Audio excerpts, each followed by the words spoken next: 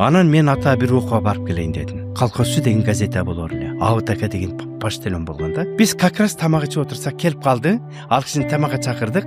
Анан газетанын биrini колхоздун ачсам эле Бишкекте филармонияда 2 жылдык студия бар экен, окуу жайы. Ошого көркөм сөз диктор жагына алып баруучулукка окууга тапшырайын дедим. Ата мен барып тапшырып келейин. Эгерде өтпөйсөм, келем кийинки жума той деп ультиматум менен келгенбиз да.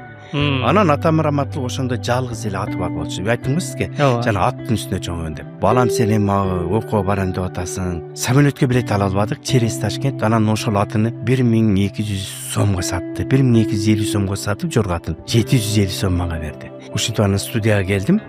Студияга келип тапшырып окууга өтүп кетип атпаймынбы? Ультиматум бүттү. Анан мен сразу орусча, кыргызча жаздырып алдым.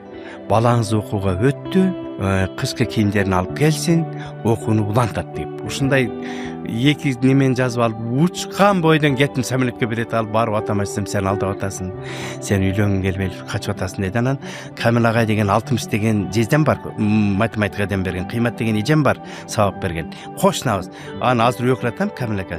Ушуларга окуттум. Мына мен окууга өттүм, атам ишенбей жатат десем чакырып аларга чай берип отурган, балаңыз окууга өтүптүр, жөнөтүңүз эми, азыр окууга өтүш кыйын, барып келе берсин деп анан атам ишентип ошол мен окууга биринчи ушу филармониянын алдында Токтогул Сатылган атында ошо 2 жылдык студияга келип көркөм сөз окуу жайын бүтүрдүм.